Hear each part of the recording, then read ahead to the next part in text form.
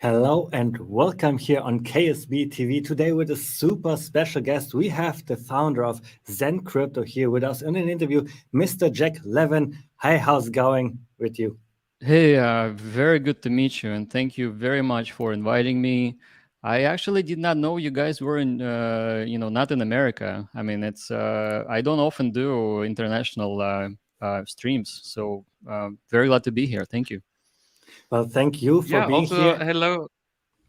Also hello from my side, Jack. And yes, so we have a really international stream. So the guy who is running the stream in the background is in Europe, and both of us, or all three of us, are in different countries. So really international, and that shows us like how crypto is supposed to be. It brings together the whole world, and I mean we are fighters for crypto education, and it would be an awesome world if all people could just use their own wallet where they own their private key for it, where they have no middleman involved, and just interact with each other with 100% of the possession of their own money in their hands. That would be a world I'm dreaming of.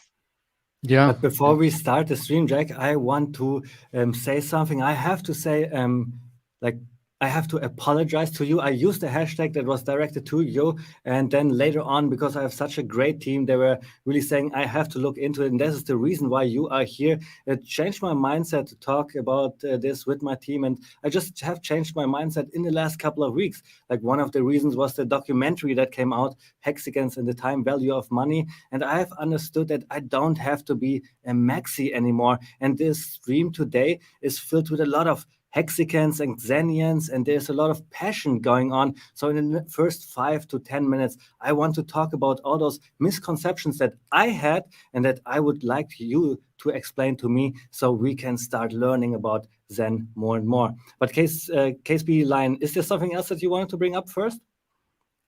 No, let's go ahead. So we have a lot of tabs to share later on, but first I wanted to say that I'm looking at Zen from day one. It is 101 days old, I think, and I haven't minted yet because in the beginning I thought, just like Richard said, it is a scam, it is a proof of bot, it's bringing negative externalities to the whole ecosystem. So first, let's address this bot issue. Is it really proof of bot? Is it just bot that can compete and I have no chance? well, let's. Whenever there is an argument or we're trying to figure things out, I think we really need to get into the definition of things. So, what is a bot?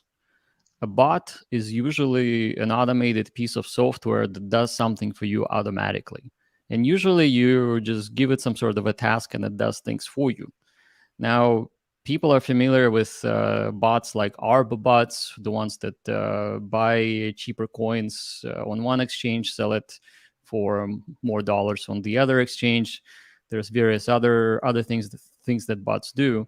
Now, in case of Zen, it's actually quite difficult to run a bot because first of all, it needs to be powered by gas.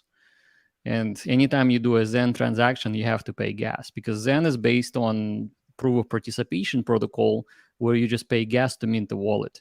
Now, there's obviously have been a release from the coin tools and various other bulk minters that allow you to run single transaction, create up to 128 wallets, but you have to pay for all of the 128 wallets. So when it comes to automation, everybody's in the same boat and are limited by the amount of money they're willing to spend. The same could be applied to Bitcoin, for example, or Ethereum. Like if somebody has millions and millions of dollars, of course they can buy more. Similarly with Zen, the piece of automation, which is can't really call it a bot because it's not an automated system. It's just a way for encapsulating internal transactions on the Ethereum EVM to get the more wallets in a virtual manner, but you still have to pay 128 times of gas if you're running that sort of proxy, if you will. So it isn't the proof of bot because everybody's in the same boat as far as the cost of minting Zen. So I have two more questions before we dive deep into Zen. The other one that I have, and this is what has upset me in the past, because I'm not as critical as KSB Lion is, for example, or as you are. You were mentioning the OA and that Richard Hart should just burn all the coins. And why doesn't he do that? There's no ownership like this in Zen, but there is in Hex, and you didn't like that at all. We Hexicans obviously embrace the OA and this benevolent behavior that we have. So what do you say against that? Why did you FUD Richard Hart in this manner like you did in the past? Okay, so the definition of term FUDing. FUDing is usually an attempt to manipulate the crowd to get some sort of a gain for yourself. Generally, that's what FUD is. Now, I know that there has been that conversation. It's a very spicy and juicy conversation. Everybody's talking about what I said, why I said it, what's my motivation is. Now, the truth is, I was on my Telegram voice chat. Somebody asked, why is Richard Hart always being called a scammer? Like, what is the deal? What do I think? And what I said is exactly what I think. I think if somebody is holding 90% of the coins and have a financial centralization of the protocol, that is obviously attracting criticism. And one of the ways to solve this is to, number one, obviously, very simply get rid of it. Number two, introduce a burn schedule where actually many projects introduce burn schedule. And generally, any sort of burn or reduction of supply is very positive for the price. So, for example, if HEX introduced a burn schedule and Richard could have executed it, then HEX would be 10 times bigger than it is in terms of dollars per HEX, or maybe even 100 times. Now, Shiba Inu does it, and there's many other coins that do it. And of course, Richard says that he doesn't control the OA, but I kind of think that he does. I mean, that's just my personal opinion. I think he does. It doesn't make sense for him not to have any say what to do with the OA. And also the underlying issue with the financial centralization, it speaks against the first principles. We're here for decentralized future, self-custody, and no control of any kind. And we're not here to be manipulated either. Like when somebody has a lot of coins, they have a chance to manipulate it however they like, because the liquidity is too low, the wallet that holds most of the coins is too large. You can do whatever you want with the liquidity pools if you wanted to.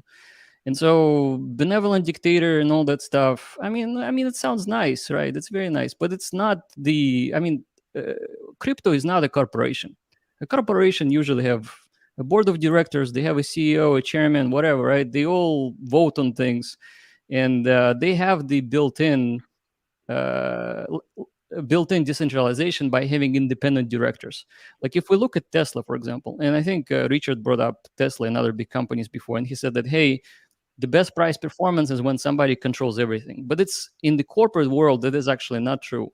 A CEO, who we think is the controller, can actually be fired by the board.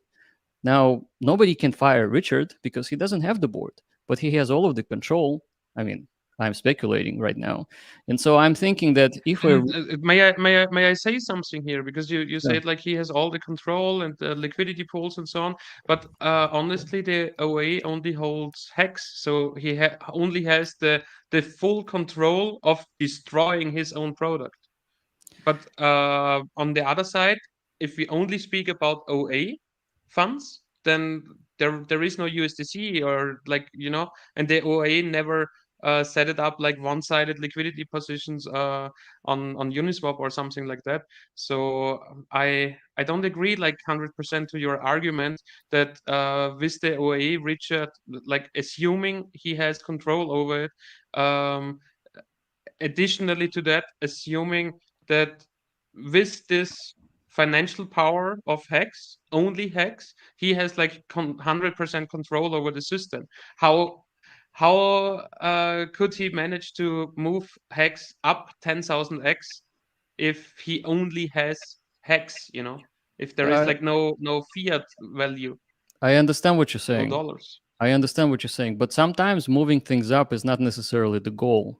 You can actually manipulate the price by moving it down, and then you can get more of it at the cheaper levels. That is also possible. Like, for here example, we have seen, since HEX is transparent, right, that the OA or those big players like the Godwell, for example, are not selling. And this is exactly what I like about this benevolent behavior of the OA. So this would also stand against burning the coins, for example. So yes, we are in crypto for decentralization, but as I understand it, it's always a spectrum. And crypto, I mean, HEX is really, really new. So in the beginning, we wanted to be centralized. And I think how it is set up in this manner will be more decentralized more and more over the time. I think we have proved that with our Power of T-share presentation, for example. Sure, sure. Well, I'd like to see more decentralization in the future. I think it's a good thing.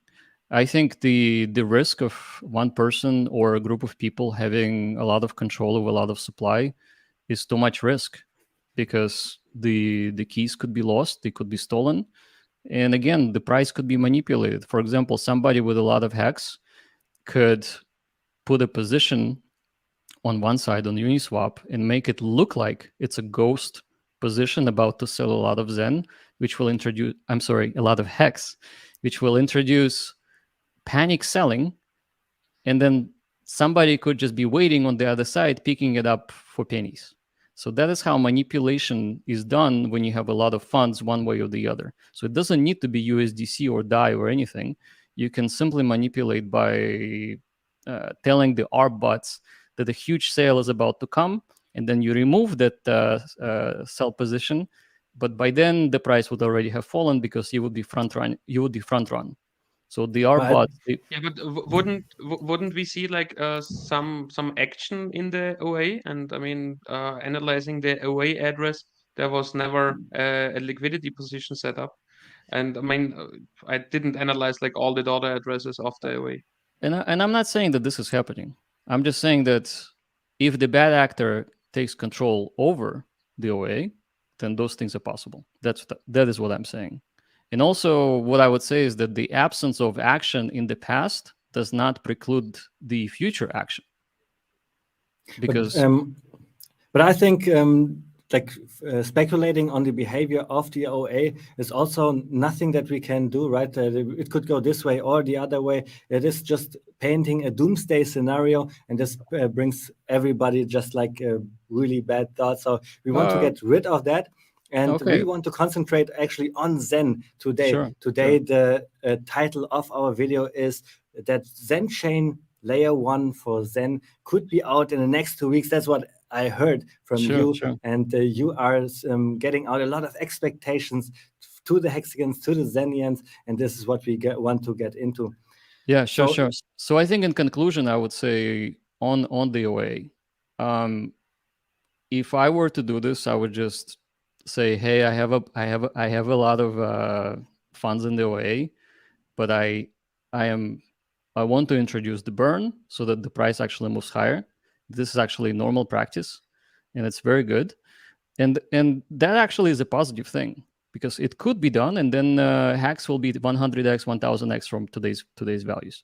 It also will give the confidence that the person who is in charge of the project is actually doing something positive for the ecosystem. Yeah, but it would absolutely violate the Howey test, because then I put money into that in the expectation of profit solely from the work from somebody else. I understand, but somehow Vitalik can do it, and everybody else could do it. So why couldn't Richard do it?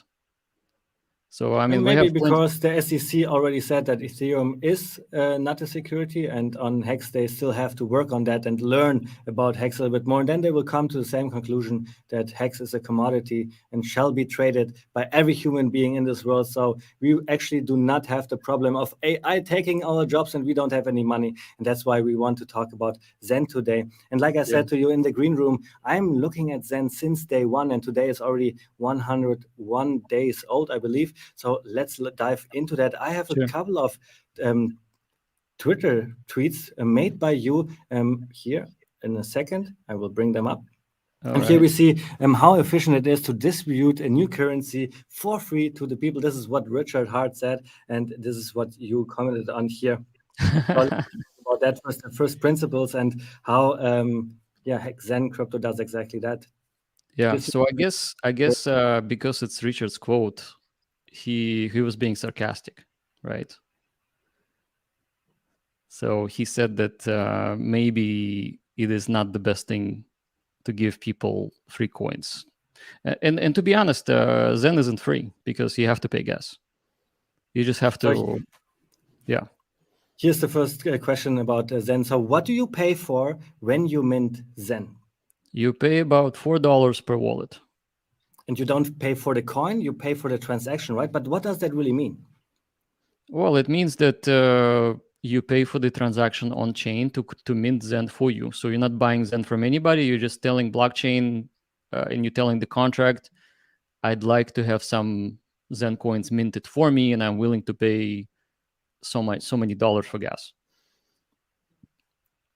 All right, and now we can already look into the roadmap, and I see you are spreading a lot of expectations, like we said before, a whole roadmap of what could be going on in the future. And we see every 2 weeks there's basically something new to talk about. Then there are NFTs were built. Now there is going to be a reflection token and so on. But let's talk about the roadmap here first. You have to educate Case B, Lion, and me a little bit, since we are looking on Zen, but we did not mint yet. So how would you go about it? Maybe give us an elevator pitch first to just really pick up everybody, and then let's go over this roadmap here.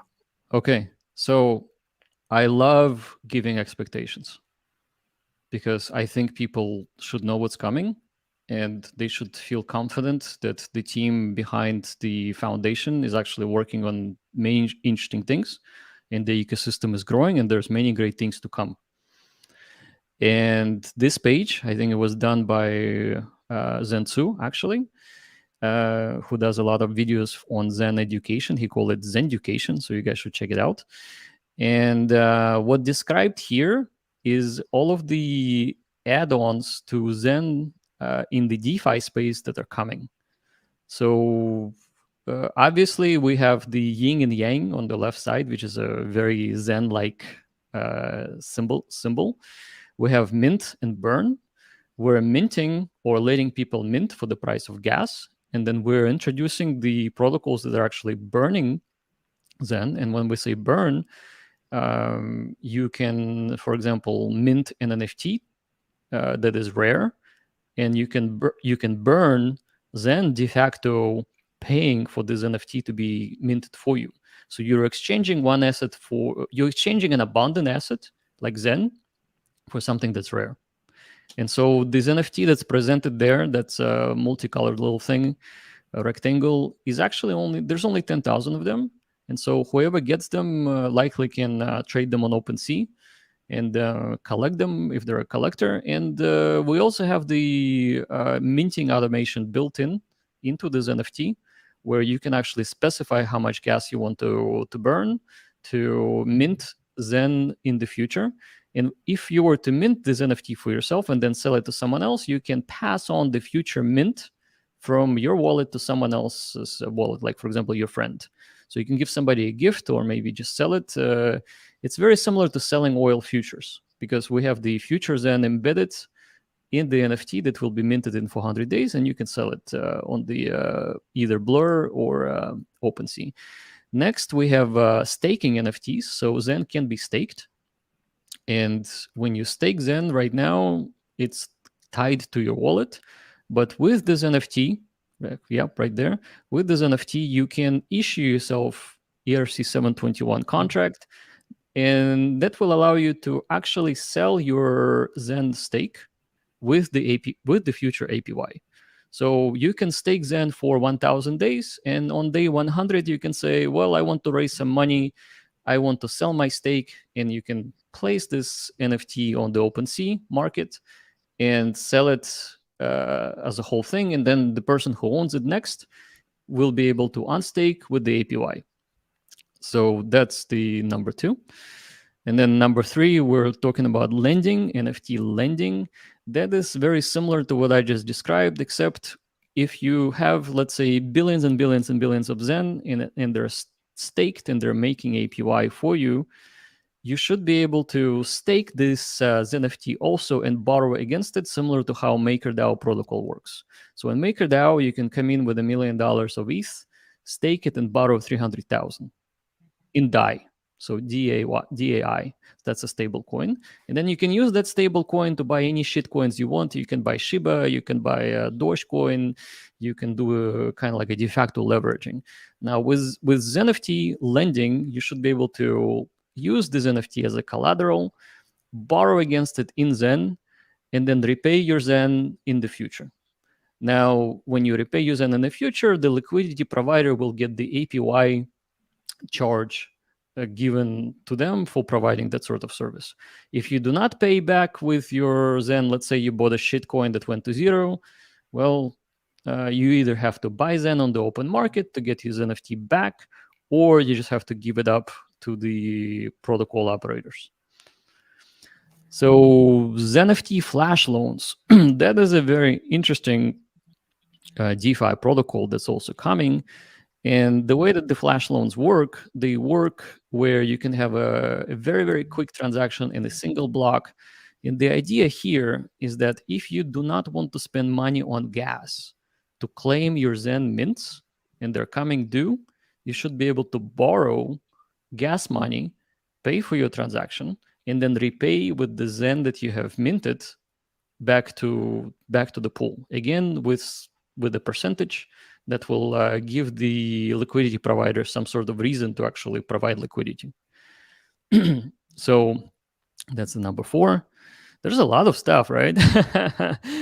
As I see, that is all Hopium, because it's not all out. The Zen NFTs are out, but as I see the Zen NFT flashboard, for example, or the lending, that's everything that's going to be worked on right now, right?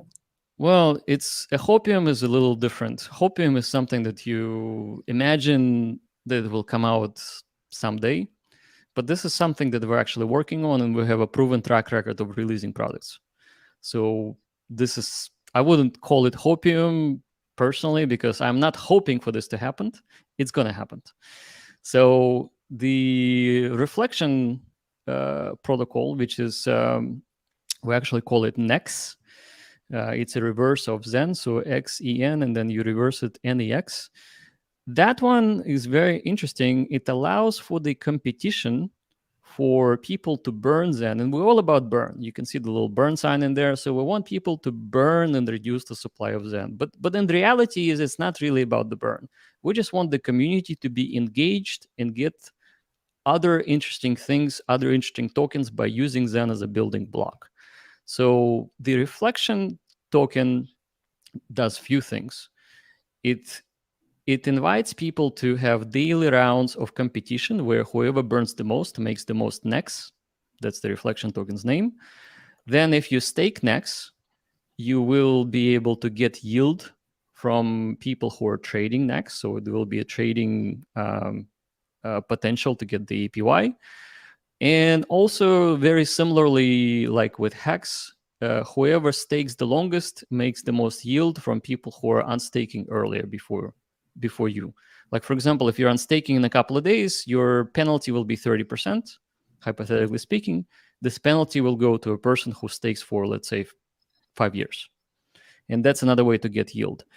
And furthermore, the last reason to play with the new reflection protocol is that if you hold as NFT and it's from the rare class or apex class or limited class, you will be getting yield from the allocation from the next total supply. Now, the total supply for Nex is limited, where with Zen, it's unlimited for the first 8 years, and then it stops producing any more Zen. So people who say, hey, unlimited inflation forever, that's actually not true. In 8 years, it stops, and it becomes very, very, very small. It's going to be less than HEX, actually. And one question to that, like in this 8 years, so like the next 7.9 years, so to speak, will it be the same amount of what users can create on inflation? So let's say like my KSB account right now, if I claim it today or if I claim it in, let's say, 3 years, would it give me still like the same amount of XEN? No. It's using a logarithmic function, and just let me give you an example. So there's a built-in difficulty within the Zen protocol, not dissimilar to Bitcoin. And the way it works is that the first year you're making about 60 to 70,000 Zen per day. In 4 years, you're going to be making 30,000, maybe 25,000 Zen per day. And then in 8 years, you're going to be making only 10 Zen per day. So not even 1,000, just 10, like your fingers, 10. Okay, so you said logarithmic, so it reduces the new possible mint more and more and more Every day. towards the end of those 8 years. Every day. So it so far has been 100 days. The protocol runs for 3,000 days, which is 8 years and 3 months. And every day it's more difficult to mint Zen in terms of what the formula is producing. So the mint action is reduced daily and it's progressively harder. And isn't the price of Ethereum also a factor somehow? What happens if Ethereum goes up another 10,000x? Wouldn't it be like really expensive to mint Zen? Absolutely. Very good point. Let's imagine for a second that Ethereum goes 10x. So right now I'm looking at almost 1600. If it goes to 16,000, which is possible, what happens to the price of the mint of the wallet? It's currently $4 to $5. It's going to be $40 to $50 in USD because Ethereum is now way more expensive. That is certainly true, which is bullish for Zen because Zen is linked to the price of Ethereum because the gas is you pay in Ethereum. Now, gas right now is 26 Gwei. If we go back to 200 Gwei next year during the bull market cycle, that will also amplify the cost of Zen. So it will go another 10x. And even now, during the day when the Gwei spikes to 50, all of the mints just stop because nobody wants to mint when the gas prices are too high because people know that they can just wait for the gas price to fall to 15 and mint right there. So a lot of people choose to mint on the weekend or after hours when it's dark and nobody's playing with Ethereum. And so I would say that there's 3 bullish components for Zen. Number 1, Ethereum gas. Number 2 is Ethereum actual value, price of Ethereum. And number 3, the time spent for the protocol being active, which is only 3,000 days. So those are the 3 different bullish components that are linked into the price appreciation of Zen. So I would say that you could even call them pumpamentals. All right, here we have the roadmap. Is there some more things that you want to talk about the roadmap? Otherwise, we would go over to the next step. I mean, unless you guys have questions about this, I think we covered it pretty well. So it's great to have this elevator pitch from you. Yeah, Hex, case behind. Yeah, maybe also somebody suggested just a few days ago OTC marketplace. So the next one is here. XEN got listed by CoinMarketCap. Congratulations to that. Hex is 3 years old and hasn't been listed correctly, but XEN did that from the get-go. So congratulations. I do not want to talk about that too much. What I think is interesting is what you posted here. There are less ETH than it were before merge. 1/3 of it was attributed to Zen network usage, bullish for all EVM ecosystem. And here, this is a little while ago, 173, and this is a little bit different nowadays. We see that on this side. So how is that possible to all those EVM chains that we have? So it's all based on the fact that most of the EVM chains actually burn gas. So when it comes to Ethereum, 90% of gas fees are actually burned. And so Zen protocol is the top 3 protocol on Ethereum that burns gas, that makes Ethereum deflationary. It actually makes it better than Bitcoin. That is why when we look at Ethereum today, and if we ever, if you guys have time, we can plot ETC versus BTC. You can see that Ethereum is strongly outperforming Bitcoin even in the bear market. And by the way, I wanted to show you one thing since we're talking about gas. So if you go back to the ultrasound money real quick, I want to show you a very interesting data in there. So scroll down just a little bit to look at the leaderboard of burners. It's going to show up on the right side. So keep scrolling. Okay, that's it. So stop right here. You see how it says time frame 1 day? Time frame on the upper right. Yeah. Yeah, just click on the 1 day. Click once. Yeah, now it's 7 days. Now click again to go to 30 days. Now let's take a look at what are the leaders of the burn. Okay, so we have OpenSea, and that's just all of the NFT trading. So thank you, OpenSea, for making Ethereum deflationary. Awesome, love it. Yeah. But one thing to add here, usually like NFT mints are costing a lot of gas, and as the fees are a function of gas times Gwei, this is the reason why OpenSea takes like the first place here, because NFTs are pretty gas heavy, and the reason for the second place is Uniswap, obviously, because swaps are also more expensive than like claims or just normal transfers. Right. Okay, so those are the top 3 the way that we see now. Now let's look at CoinTool. So CoinTool is the blue. It says Zen Batch Minter. It says 1,971. You see that? Mm-hmm. So yeah, green one. now if you add them together, we get 3,000. Let's call it 3,300. 300 something. Now scroll down a little bit more. No, not in here. Go back into the view, and then the whole field where the contracts are shown is scrollable. You can move the little field a bit as well. If you click in the little field. Yeah, just move that down. Yeah, no, don't click plus. Or you see like the white little thing on the side if you go up. Yeah, go higher, and then there's the scroll bar. See the scroll bar? Oh yeah, I see what you're saying. Yeah, so scroll down slowly. Now, okay, you passed it. Go up a bit. Go up a bit. Okay, you see Zen Crypto, another 500 ETH right there. Yeah. And then scroll down a little bit more. And here's another one. Another 300. Another 300. Yeah, so if you add them all together, we're in top 3. Because it's all go up again. Completely up to the top ones. So we added like another 800 to the 3,300 we got there. That makes over 4,000, and yes, that's top 3. Top 3. So 30% of all gas burned in the last 30 days is attributing to the Zen protocol, which makes Ethereum very, very bullish.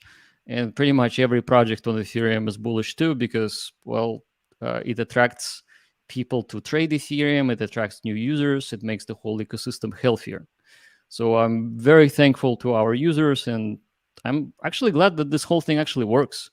And we definitely have contributed to the chart. And if you scroll back up, again to look at the chart, that chart looks beautiful. We're now negative 1,000 ETH. We burned a lot of Ethereum right there. And by the way, the burn started on October 8th. That peak on the left side of the chart, if you hover right there, that is when Zen launched. That's when the burn started. And then the next little peak right there, and then a huge drop, that's FTX going belly up, and people are freaking out and selling everything. And then there was a period and you mean that's why the fees went up in that time, and as people were still like just freaking out, they were just paying the really high gas fees at the time, because everybody was like using it at once, and that led to such an increased burning, right? Yeah. So that was the FTX action, and then there was a slowdown into the holidays.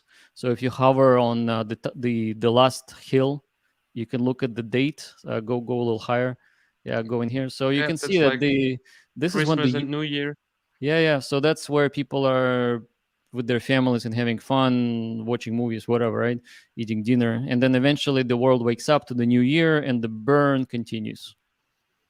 So this is then not only positive and bullish for all the EVM chains that Zen is already on, it will also be bullish for Pulse Chain, since Pulse Chain is a fork of Ethereum 2.0. So can we expect Zen to be deployed on Pulse Chain and burn there just as it does on Ethereum, and be bullish for Pulse Chain as well?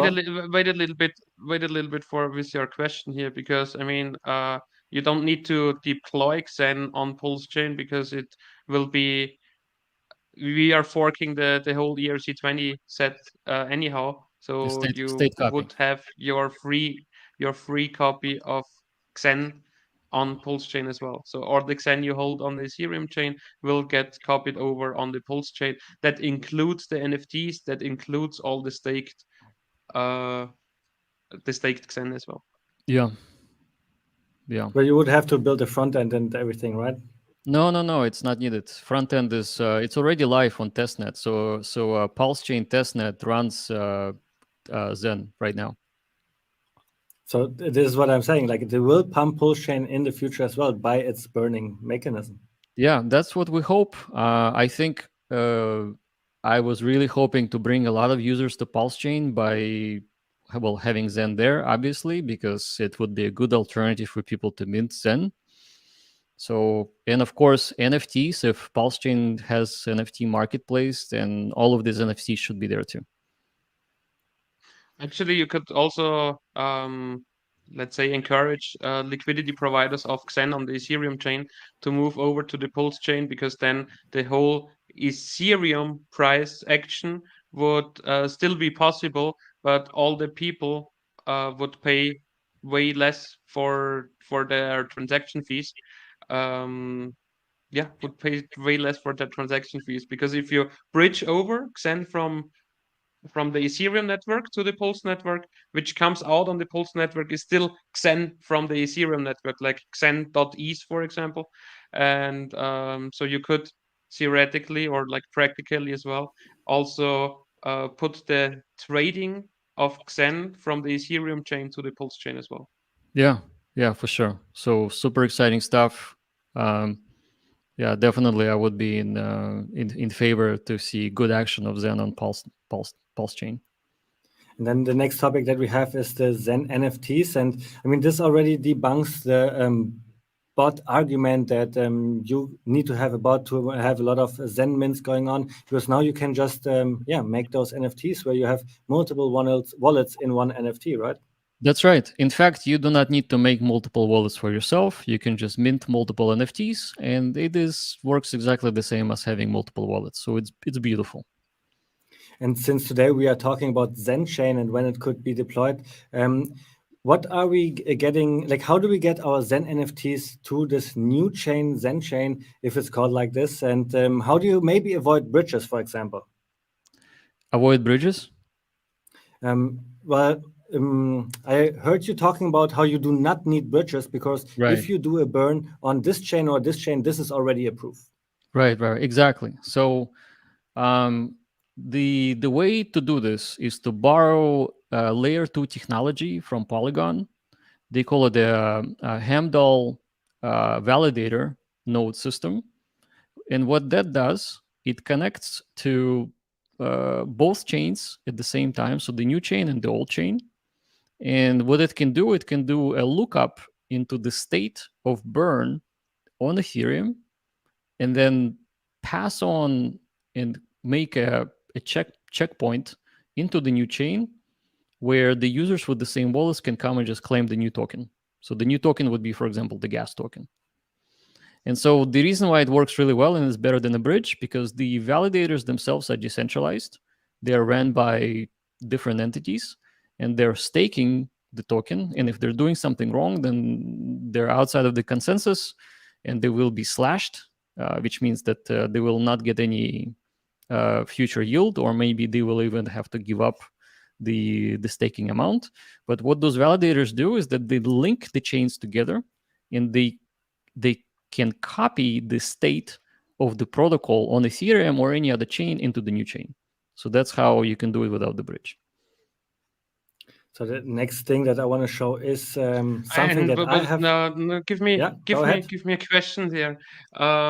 So but then on the new chain, do you bridge over like now without a chain? So how do you get without a bridge? How do you get stable coins on your layer one? Okay, so good question. We plan to partner with Stargate, which is a layer 0 protocol. They have atomic swaps. It will allow people to swap stable coins back and forth in an atomic manner without actually locking anything up. So it's a better technology than the Plasma Bridge, for example. Plasma Bridge, you have to wait for 30 minutes or maybe even longer, during which time your coins could be stolen. With the layer 0 Stargate protocol, you can do it pretty much instantaneously. And you guys can actually try it even right now. You can bridge the USDC between Polygon and Ethereum in about a minute. So it works much better. It's better technology. It's a Yeah, but that's a bridge, like that's a bridge, right? And we were just talking about like doing it without the need of a bridge. That's why I'm well, getting confused. you asked about a stablecoin transfer, which is different than the transfer of the state of Zen protocol. Of XEN, yeah. But then you just have like XEN on your new chain, so without anything else, you know. So it would be just like an isolated system with right. So that's where where it's like pretty hard to create value. Correct. So that's where the Stargate partnership comes in. So Stargate will allow bridging of stable coins and all other coins based on their technology, their layer 0 technology, which is using atomic swaps, which is different than the Plasma Bridge or all-chain bridge that you guys have probably seen before. Those things are dinosaurs. It's like running on diesel, and layer 0 is like teleportation. It's pretty great. All right, then let's get into the next topic, which is the Zen NFTs still. And here we have OpenSea, the platform where you can trade those Zen NFTs. And here we see already a lot of participation and NFTs to be bought. And what I saw here is that you made a statement that there are only 100 unicorns NFTs and each require 10 billion Zen. I plan on getting at least one. So which one of those NFTs should a normal player like me, for example, get? What do you think? You should get you should probably so here's the thing. You can go to the categories. So categories on the left side. Yeah, click on a category, click on collector. You can see that collector has 8,000, so it's probably the most popular. And then go down, go down to class, and choose. Hold on one sec. Go up again. You're too far down. Yeah. So in a class, if you click in on the class, okay, in search. Actually, Zenturion is the second one, 1,844. This is the best value for your participation. Those guys, it's 128 wallets in each. And right now, for example, you can buy it for 0.44 ETH, which will make you a lot of Zen in the future. So if you can click in on this bad boy, you can see that all of the properties on the left-hand side, inside the NFT itself, it says 443 days. That's your mint term. You have your VMUs. VMUs are virtual wallets. Virtual minting units is what we call them. And if you buy this thing from the user who created it, you can then have the NFT pay you in Zen in 443 days. And there's a date in there, maturity date, April 2nd, 2024. Now, this is one option. The second option, you don't have to buy it. You can just go to zen.network and you can mint one if you want. So, and the main difference, as I see it, is that there you can only do one mint, right, with one wallet. And here with the NFTs, you can do you can do million NFTs in one wallet, no problem. That's what I mean. Like if you do not do an NFT but a mint, then you can only have one mint in Zen, I believe. But the NFT allows you to have multiple NFTs in your wallet. So you're correct. You're correct. If you do not go this NFT route, then it's one wallet per one mint per wallet. But with NFTs, you can go to 128 per transaction. I mean, I see it also like as a good way to look up price differentiations. So maybe I get a better deal on buying one of the NFTs on OpenSea, or maybe because Gwei went down or something like that, I get the better deal minting them myself with the website. So 200 days from now, this NFT that we just saw will go up in price because it embeds the difficulty, which is better than these NFT you will be minting 200 days from now, right? Because like if this guy right here will actually be worth more money just because the difficulty, all of those parameters that you can see on this NFT itself, you can see EAA is 2%, you have AMP, which is the multiplier, the adapter multiplier is almost 3,000. In 200 days, all of those things will change and it will make you less Zen. So this thing will actually be worth more because it is impossible to get the same parameters.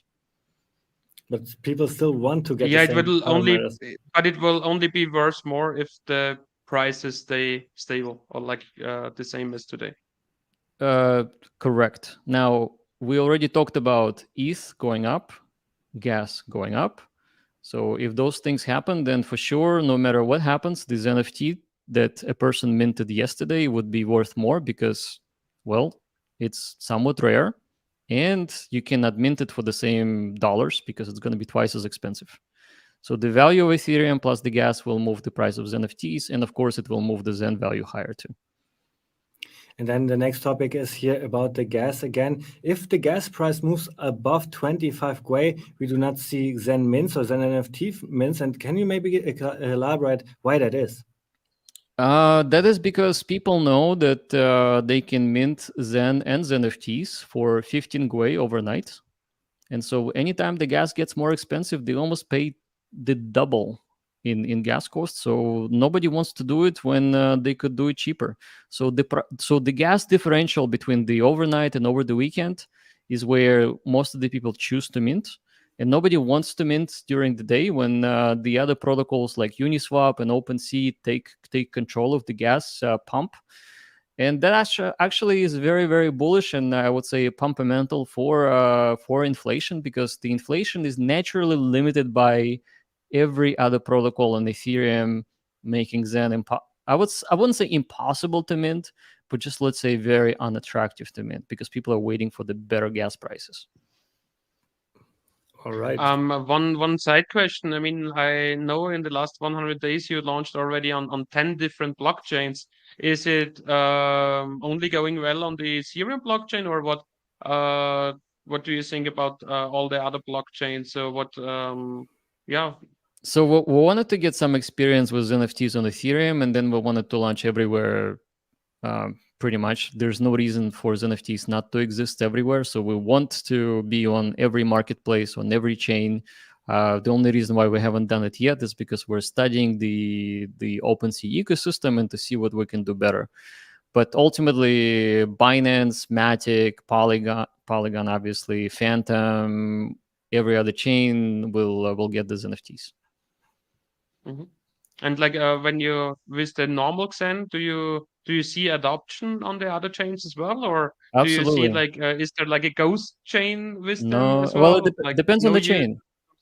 It depends on the chain. So the second and third most popular chains are Polygon and BSC. And they have actually more users claiming Zen than Ethereum, because Ethereum is more expensive. So they're opting in to go to Matic or BSC, because they can practice there, they can get a huge bag of Zen, and then and by the way, did you know you can actually swap Zen between chains? You can use a SushiSwap between BSC and Ethereum, and it will use the Stargate protocol to convert it. All right. Interesting. Yeah. So let's bring up the screen share again. A second question. Wouldn't it be hard, like to monitor all the different prices of the same token, basically? Well, that's in the future, or it's like, and also like for new people, like which XEN am I going to buy now? Like. for They're example? all named different. So BZen is BSC and MZen is Matic. So it's they're all completely different and very very obvious to look at the chart and see it's a different thing. They also have different contract addresses, so no big deal. Yeah, I mean, here we're all about choice. We want people to learn new chains. We want people to try Phantom because it's a really cool chain. It works great. There is a new chain called Doge chain. They're using Dogecoin as a gas token, which is pretty incredible, and it actually works. So Zen is there too. So it's for people to play with new experimental chains as well, which is pretty great. So the second question that came out of this is, what does it have to do with the total supply here? And you said that you will not reach the Shiba supply, for example. How's that? Well, the estimation is when. So we still are in a bear market, and the gas prices were very, very low for a very long time. Now the market is waking up, and the estimation was based on the gas not moving much higher and Ethereum not rallying. But those things are happening, and we now have more data that suggests that the deflationary force is reducing the total supply growth. But also the NFTs, when they showed up, they burned Zen because there's the Apex and limited category that you have to burn Zen with, and also the reflection token that's coming out. All of those things are deflationary for Zen because you have to give up your Zen to burn. And so we think the 500 trillion in 8 years is probably not going to be achieved just because the gas price moving higher, Ethereum moving higher, there is plenty of protocols coming up that actually burn it. And so all of those forces are reducing the future supply estimation. But then there is, so it's still like room to grow, no? Because like the total supply right now is like a little bit over 4 trillion. Like Yeah, 4.4 trillion. there's room to grow, and I'd like to get you guys' attention to zenturbo.io. It's not our website, but it's just the stats website that tells you all kinds of things. Yeah. So click on the dashboard right there, dashboard. Yep. And if you, by the way, you see that drop right there, that green drop. So change the scale to to a month, 30 days on the top. You see what's happening right there? So I would say people stop minting, or is that not correct? It's people are stopping to mint because gas is getting more expensive and Ethereum is rallying. So people are not willing to pay the USD in USD denominated terms. It's just a lot more expensive. It's about 4 or 5 times more expensive to mint Zen right now, which a lot of people choose not to do. And so that is a deflationary force right there. You can see it. Now, if you scroll down, all the way down, I want to talk about the supply. Okay, let's look at the pie charts first. So pie charts, if you have on the left pie chart, there is the stakes, which is yellow, and there is the red, which is the burn. So we have 430 billion Zen burnt, which is 8.4% of total supply burnt, which is a lot. And then the stakes are long-term stakes that are also burning Zen. So altogether, 6 plus 8 is giving you about 14%, which is a nice chunk to be burnt from the total supply. And there's also the green one called penalties. So the green one, penalties right there, it's a small amount, that's 1%, but it's still there. So that's what happens when people are not claiming their Zen. They're not minting it, they're forgetting about it, and the penalties take it away from them. So that, I mean, they made the mint transaction, but later on, like depending what date you set up, you need to come back to claim that, right? If they don't come back, how long do you have time to do that? Yeah, you have 7 days. 7 days, 1 week of grace period. Okay. Yeah, 1 week. And after the 7 days, it's gone. It's 99% gone. You have 1% left, and that 1% you can claim, but it's maybe not even worth it. So obviously. So very happy with the pie chart. I'm hoping to see the multicolored portion of the pie chart to be a quarter of it, or 25% in total, which is again deflationary for the inflation of Zen, which is awesome.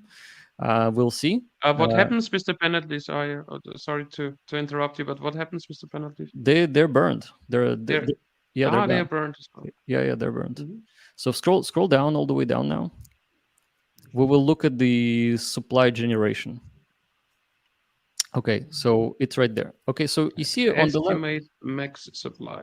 Yeah. Okay, so estimate max supply is over the 8 years. It doesn't take into the account the burn that's currently happening. Now, the second line, it says mined 51. That's trillion, right? Yeah, that's 51 trillion. Yeah, that's trillion. That means that everyone who participated in Zen's protocol, they will get that much Zen in about 400 days. That's it. That's what it means. It means that people are currently mining actively, but they have to wait to claim it. And the chart on the right side, you can actually see that most of the supply is coming out in 400 days. But if the burn becomes more active, then this actually will start dropping. And you can see that there is a deflation on the right there at the end. The chart is kind of like trying to go down a little bit. That's because the burn is burning it off. Yeah, like the yellow line. The yellow line is the yellow chart line. It's flattening. Yeah. So you can see how it's flattening. Here it says cumulative mints. They're actually slowing down because a lot of the existing supply is actually getting burned right now. So very interesting websites. Lots of good data. Gives you all kinds of information to make intelligent decisions with the Zen protocol.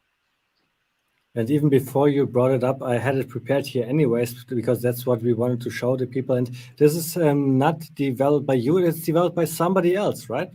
Yeah. It's an Asian group called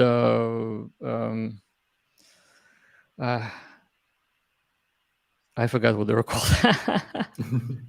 No problem at all. Like Richard doesn't even know his people that develop for him as well. Like all the Hexicans that are building all the fronts end, and he has no idea what is built. And I guess you are in a similar situation here because there's so much engagement going on. I remembered CryptoCell Labs. CryptoCell Labs. So they came to Zen early. They loved the tokenomics of it, and they decided to build an analytics dashboard. But what they also did, they're building an NFT marketplace, which is pretty great. You should check it out. It gives even more analytics and better than OpenSea. All right, we will definitely do that. Yeah, it's right there on the website. So when you have time, take a look. But we do not have too much time anymore. Let me ask a question. How much did you learn about crypto in the last 4 months, Jack? All of it. I imagine because I guess everybody comes like with all his ideas and whatever to you and so on. That is the beautiful part about this. When you have so much participation across the world, it's like everybody's brain gets plugged into a project and everybody's working to create something amazing. And you get this information to you, and you're now thinking with 1,000 brains, not just one, which is incredible. That's what makes me so excited to wake up every day in the morning. And this is something that I've moved at the end of our stream, the next reflection token. So just touch on that a little bit, because we want to talk about the new layer 1 Zen chain. But first we have to talk about this obviously as well. So let's get into this chart here. What do we see for the Nexonomics? Nexonomics version 1.1. On the left-hand side in the top left, yeah. So here we have, actually, the most important thing is in the middle, the total supply. Yeah, let's start with that. So scroll up a bit. A little higher. Yeah, all the way up. When you see total supply. Yeah, so total supply is 1 million NEX. Supply 100 million NEX. Yeah, I'm sorry. 100 million NEX distributed over 5 years. So that is how people can come and claim with participation. Now, on the right-hand side, you can see claimable bonus in mints. And the Apex and various other NFT holders, we haven't decided how to include them yet. If you're holding as NFT, you will be automatically getting the portion of the supply over time, specifically over 5 years. So if you're holding it for the 5 years, it actually makes you less willing to sell it, to get rid of it. And you can mint NEX just by holding this NFT, which is one of the benefits for being as an NFT holder. Now, the 50% of this 20% that's split goes to the monthly highest burners of Zen, right there. So if you are in the top 100 burners for each month, you're going to get this 10% allocated to you from the total supply. Now, if you go all the way to the left again, let's talk about the rounds. So the rounds is where the things get really interesting. So Zenian 1 and Zenian 2, those are the hypothetical players within the round. The round lasts 24 hours. One user comes in with 1 billion Zen to burn. The other one comes in with 2 billion Zen to burn. Their distribution is split 33 to 67%. And at the end of the round, they can claim their next reward. Now, let's say that some sneaky Zenian number 3 comes in and says, oh, by the way, those guys are weak sauce. I am the OG. I hold 10 billion Zen. I'm just going to take over. So what they can do is they can say, I'm going to be putting in 5 billion Zen to burn. I will take 70% of the distribution. Now, the tricky part is that you do not want to burn all of your Zen, because the next round is coming tomorrow, and then there will be another round, another round, and another round for the next 5 years. And so you want to burn the minimum amount of Zen based on the participation of the burn, so that you can actually win the round, but not win it completely, because it's like playing with an ace. You're coming in and you come to the poker table and you could say, here's my ace, who wants to play against me? And nobody wants to play because everybody's folding and your pot is microscopic. So that is the same type of game theory mechanics right here, where you want to look at the dashboard, you want to see who is playing with what, and then you decide how much you want to burn during this round. Now, every time there is a round, if you go to the middle of the page, you can see that the rounds are getting smaller, smaller, and smaller. So round 1 is 10,000 next. Round 2 is it's right there on the right side if you move your mouse a little bit higher. Okay, right there's those three. Yeah, round 1, round 2, round 1,825. Yes. So the rounds are getting smaller. So you have more incentives to get in earlier, because each following round will have less next emissions. So you need to think really hard here. Do you want to burn most of your Zen during the first few years, or maybe in the middle, or maybe at the end? Should you get this NFT and actually get even more claimable bonus, that sort of thing? Now, and we haven't even talked about the reflection yield part yet, which is at the bottom. And that's where things get really interesting. So when you hold NEX, you can stake it. And when you stake your NEX, you're actually, first of all, you're getting the yield from all of the unstaking penalties. So whoever stakes the longest takes everybody's unstaking penalties, which is not dissimilar to HEX, I would say. The other thing that's important to note is that when NEX is traded, 0.2% of the trading fees will go to the NEX stakers. So the higher the volume of trading of NEX, people who are selling NEX and buying it will actually end up benefiting the stakers. So they will be getting automatic rewards in NEX coming in. So that's what we call the reflection yield stream. And so and as I understood, this is all being created right now, being thought of right now. It's not set in stone, because you have to figure out the game theory first. There are still some numbers changing and so on. So I think that's really interesting. Yes, so I wanted to post it up on Twitter so that the community can look into it and make suggestions, ask questions, and put us on the right path. And I believe the community voice obviously should play a big role in the design before we actually get to work, because everybody will get the product that they're gonna love, they're gonna use, and we'll just enjoy for a long time. So that's why we're just giving it out for people to look at. I mean, one suggestion from my side would be, instead of doing straight 0.2% of transaction fee, I would do it like more like 0.19. Okay. Because like then for the people who are paying it, it looks like 1.9, and for the people who are getting it, it looks like 0.2.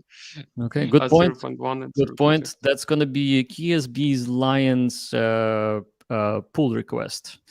So when we code it, exactly. we're gonna give it attribute to you as an author of the suggestion. So I'm done with all my tabs, and now I think we should spend a little bit time for asking questions, maybe in the chat. So everybody who has asked questions, put them in the chat right now, and we will go through a couple of them. And one of the questions that we have to ask now is because of the layer 1 that you were about to bring out. What was the idea behind it? Why is the Zen chain needed? It's needed because people want it. And I actually asked people, why do you want another layer 1? Like, what is the deal? And people tell me, if you build a layer 1, then we can build amazing products on it, and we can give Zen more utility, which actually makes sense. So I listened, and I figured it's probably a good idea to do one. And I guess the layer 1 will result into a lot of burning of Zen, and the community is asking for you to burn HEX as well. So could you imagine doing something like this as well in your Zen chain? Burn HEX? Yeah. Sure. Why not? Let's burn it all. Burn it all and give everybody value. I mean, now ultimately the burn is just a word. Burning in itself has no meaning unless it has economic sense. So it only makes sense to burn anything that actually gives people more value. If that happens, then of course it makes sense to do. And so with the new chain, we're thinking that all of the Zen that's burned on all of the 10 chains will convert to the value token, which will be a gas token or a utility token on the new chain that people can use for gas. So it's kind of like, it's very interesting because you have to give up your Zen on Ethereum, burn it, and then you can claim the copy of it on the new chain. And if you're a validator, you can stake it and earn yield in this new token because of the chain's collection of fees.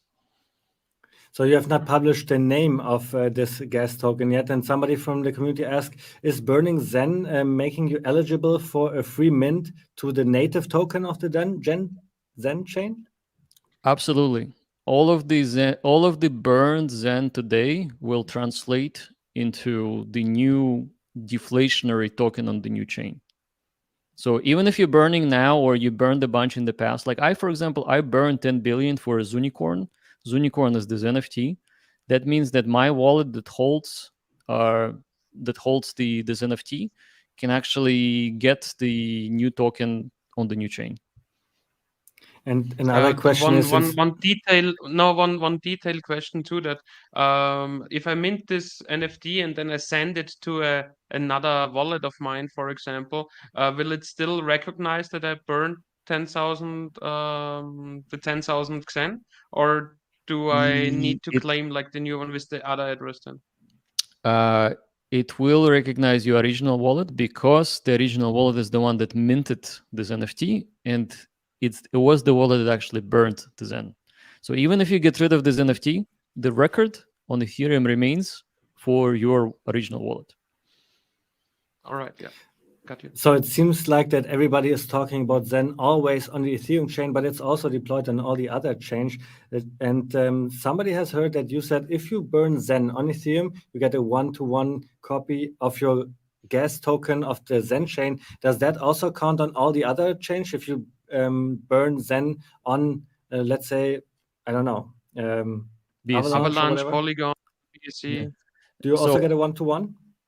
Definitely not, because the cost of creation of Zen on Polygon and BSC is like a fraction. It takes 5 cents to mint Zen on Polygon. So comparatively to Ethereum, it's 100 times difference. So the ratio will be set based on the average gas used. All right, of the average gas use. I think that's exactly what the user wanted to know. And now we have a lot of questions that are coming from this chat. Actually, those questions that I just had is just something that I was accumulating privately. And somebody is mentioning the minus 10,000x. And this is also something that has put me away from Zen in the beginning, because I have not understood that this chart that everybody's seeing that is going down to the right only basically is not really the experience of the Zen user, because the Zen user is not buying Zen. The Zen user is minting it and even waiting, deferring, and getting more Zen than on this special day, right? And then when he gets all his Zen, then it's probably worth more than he paid for. And this is the usual experience from what I have talked to with the Zenians. Yeah, yes. There's two types of people who are participating in, actually 3 types. There is a type of people that mint Zen for the long term, for 400 days plus. They cannot sell right now because, well, their mints are coming much later. Like, for example, I am in the same boat like this group. I don't have any Zen. All of my Zen is in the future. In 2024, I'll get a bunch of Zen and I'll be very happy. But I cannot sell now because I don't have it. Now, the second group are the short-term speculators and arbitrage monkeys. They look at the Zen chart and they say, I can mint Zen for 20 days and then I can sell it on the market, which is a viable strategy. It works great for marketing. They're actually making money. So those people who participated early, they made 3 times, 4 times of the money invested in gas, especially if they minted over the weekend or during the low gas times. So that's the second group. And then the third group, those people, they don't know anything about Zen. They see a chart, they see the pump, they see the dump, they buy it, they sell it, they trade it, they don't care about anything, and they just provide liquidity between themselves. And by the way, there's actually, I have seen a person, and I have seen that situation on the Etherscan, on-chain. A person bought $20,000 worth of Zen for 5 zeros and 2 and sold it for 5 zeros and 6 the next day. So he made $40,000 by investing 20,000, and the guy was smart. He immediately bought as soon as I released the audit report for the NFTs, and so he front run the price action, tripled his money, and happy as a clam. So, and of course, the price dumped afterwards because buy the rumor, sell the news. It works the same way. So totally normal. But also, if we just talk about the chart, in the very beginning, when Zen was first traded on day 1, it was $200. Somebody sold $200 worth of Zen to someone else for $1.50 per Zen. Was Zen worth $1.50? For $1.50, or I guess it was 1.5 cents. $1.50. $1.50. The first trade, $1.50. Or that's what I saw on chain, and we can see it. Mm-hmm. On Uniswap, that was the ratio. Now that ratio is absolutely meaningless because it was $200 worth of liquidity. That's it. So it's like somebody's very thirsty, and you see another dude, and they're carrying an orange or a water bottle, and the guy is so thirsty, he's like, I want this water bottle. I'm gonna pay you $100 because I'm gonna die if I don't drink it. Now they exchanged the money, exchanged the water bottle. The guy drinks it. He's very happy. The guy runs away with $100 now, and that becomes the first point on the chart. Does it make the water worth $100? No. But in that instance, in those circumstances, it was exactly $100. Now, what does it do to the chart? Well, it makes it look like crap. But I would say let's not worry about the chart. It's only been 100 days. It looks like a Dutch auction chart to me, actually. And if you guys know what the Dutch auction is, it's a method of price discovery. It's a combination between, or it's 2 opposing forces. It's the buyers and the sellers, and then the cost of gas is coming in from the bottom. So right now, you cannot make a profitable mint unless you mint for 150 days. Guess what kind of message it gives to the second group, people who mint short for the short time period. Well, they can't mint anymore. It's like throwing money away. So all of those guys are going away. We only are now left with the long-term minters. Those guys are real investors. They understand Zen. They understand the protocol. They understand the ecosystem and the roadmap. Likely going to be staking their Zen.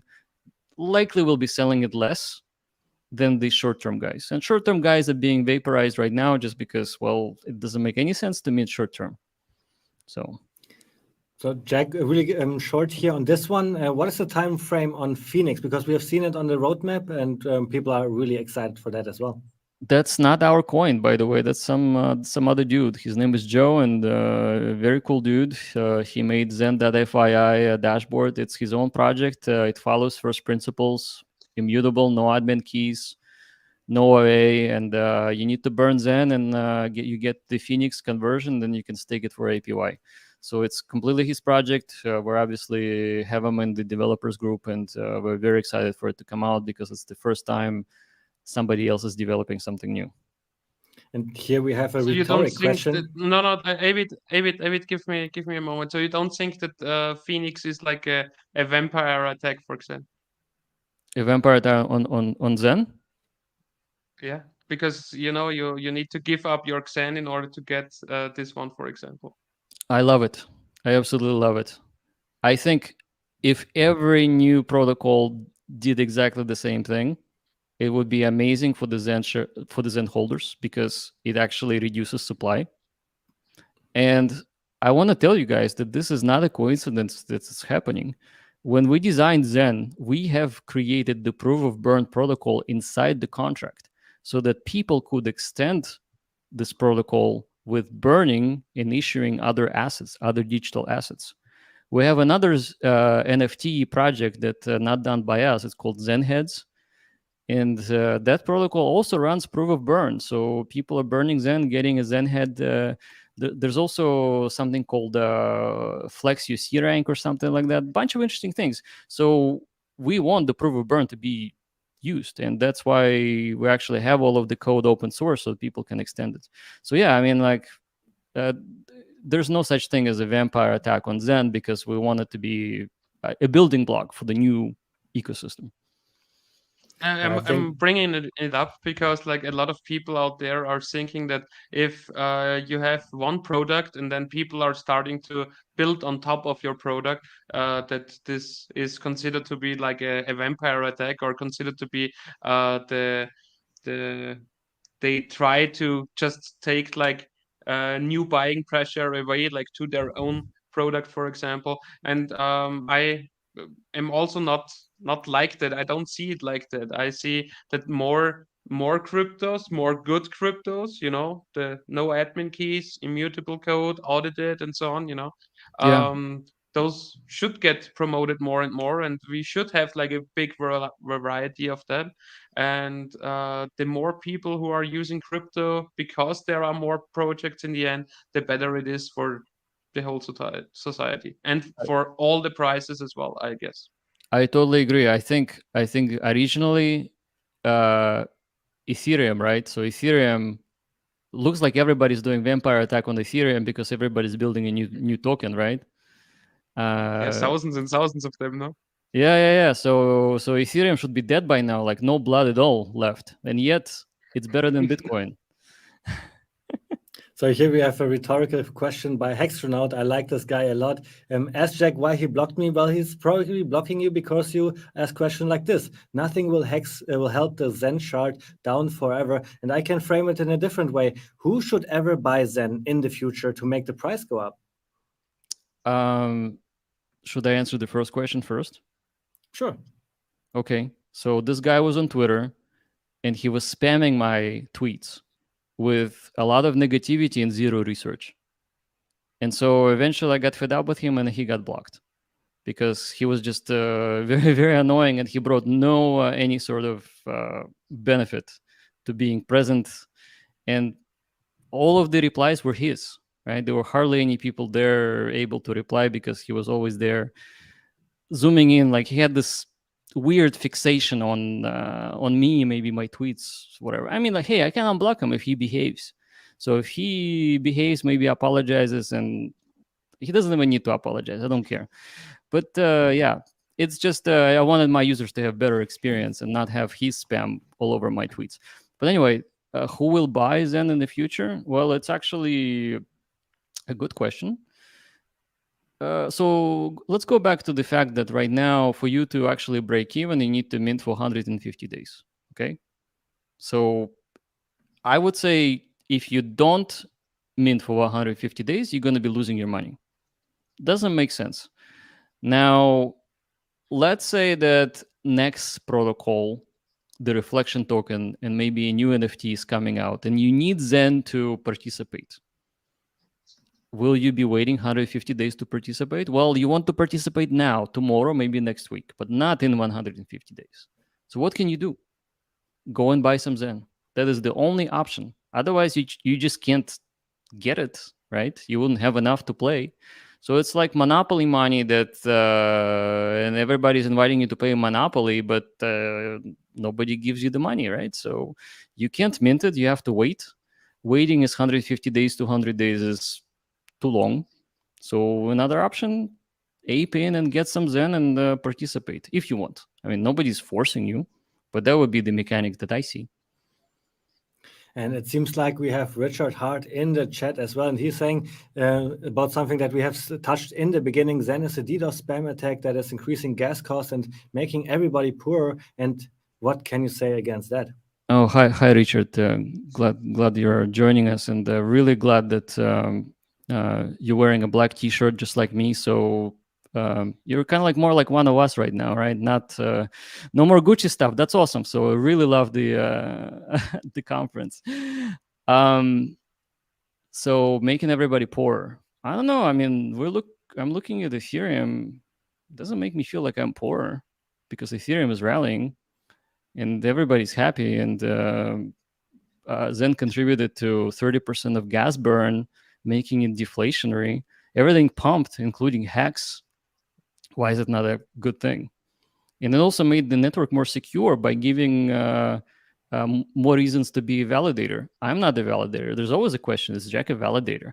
Do I have 1 billion ETH? I don't have 1 billion ETH and I'm not a validator, but I can understand how being a validator today is a good idea because it makes the network more secure. You get your rewards. There's plenty of burn happening. Zen is contributing to the burn. So it's not making anybody poorer. It's making everybody better. The ecosystem is thriving and Zen is helping it to thrive, just from the development perspective and the usage perspective. One side question here. When did you actually get into the crypto market? 2011. Early adopter of crypto as well, so to speak. Yeah, I sold the top to Richard at $30. Yeah, Bitcoin. I don't think either of us are happy about that. So, yeah. Did you rebuy it too? Of course. Well, I was the miner, so I mined for like 3 years. You mined for 3. And when did you start mining? Like in 2011 as well. Early 11. Yeah. I was making 3 Bitcoins per day mining. So yeah, and I mined for about 3 years. Well, congratulations to that for sure. Mike, I gave it all away. I do not have any Bitcoin actually. The guy who was buying pizza, that was me. All right, and you probably also had a boat accident, I guess, and then lost your seed phrase and everything like this. No, that did not happen. But I just was buying, lunches and pizzas and giving it to friends as gifts, that sort of thing. Let's talk more about layer 1 because we have this question here. Will Zen layer 1 beat Pulse Chain to market? I actually don't know. I think Pulse Chain could come out tomorrow. I mean, haven't Richard been working on it for 2 years at least? So he has I just decided to do it this week. He has 2-year head start on me. So he should definitely come out sooner, potentially.